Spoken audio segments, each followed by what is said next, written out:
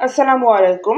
2026 সালের পঞ্চম শ্রেণীর প্রাথমিক গণিত বইয়ে পৃষ্ঠা 4-এ গুণ্য এবং গুণক দুইটাকে ভেঙে গুণ করার যে নিয়ম আছে সেই নিয়মের অঙ্ক এখন আমি তোমাদেরকে সমাধান করে দেখাবো।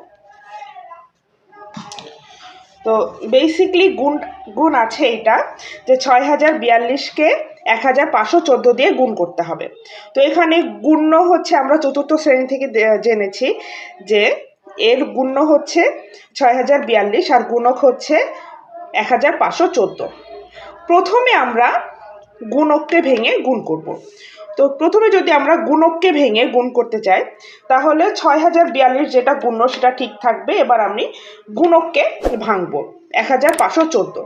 তাহলে 1000 যোগ 500 যোগ 10 যোগ 4 যেহেতু একক দশক, দশকে হচ্ছে 10, একক দশক শতক, তাহলে হচ্ছে 500, আর একক দশক শতক হাজার, এটা হচ্ছে 1000। এখন আমি এই 1000, 500, 10, 14, 4 প্রত্যেকটার সাথে আলাদা আলাদা করে 6042কে গুণ করব। তাহলে আমরা গুণ করে দেখি। 6042 গুণ 1000, এই যে যোগ 6042 গুণ 500, আবার 6042 গুণ 10, 6042 গুণ 4। তাহলে আমরা গুণ করলে এখানে কত পেলাম? একক দশক শতক হাজার অযুত লক্ষ, 60,42,000।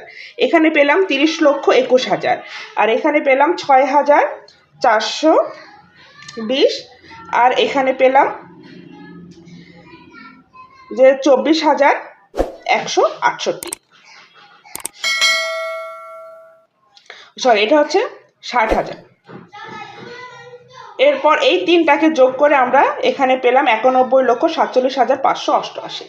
এইটা আমরা করলাম গুণককে ভেঙে। এবার আমরা গুণ্যকে ভাঙবো। গুণ্য মানে আমরা কাকে ভাঙবো? 6042কে ভাঙবো। তখন 6042কে ভাঙলে কত হবে? 6000, যে একক দশক শতক হাজার, তাহলে 6000, আর শূন্য যেহেতু আছে শতকের জন্য কিছু আসবে না, আর একক দশক জন্য 40, আর এখানে হচ্ছে 2। এর সাথে প্রত্যেকটার সাথে আমি গুণ করব 1514কে। তাহলে 6000 গুণ 1514 যোগ 40 গুণ 1514 যোগ 2 গুণ 1514। এখন যদি এই গুণগুলো যদি করি তাহলে এই সংখ্যাগুলো আসে। এই সংখ্যাগুলো যোগ করলে 91,47,588 আসে, যেটা এইটা আর এইটা কিন্তু একই রকম। তাহলে আমরা এই পুরাপুরি গুণে কত পেলাম? 91,47,588। এভাবেই গুণ্য এবং গুণক দুইটাকেই আলাদা আলাদা ভাবে ভেঙে এই গুণটা করা যায়।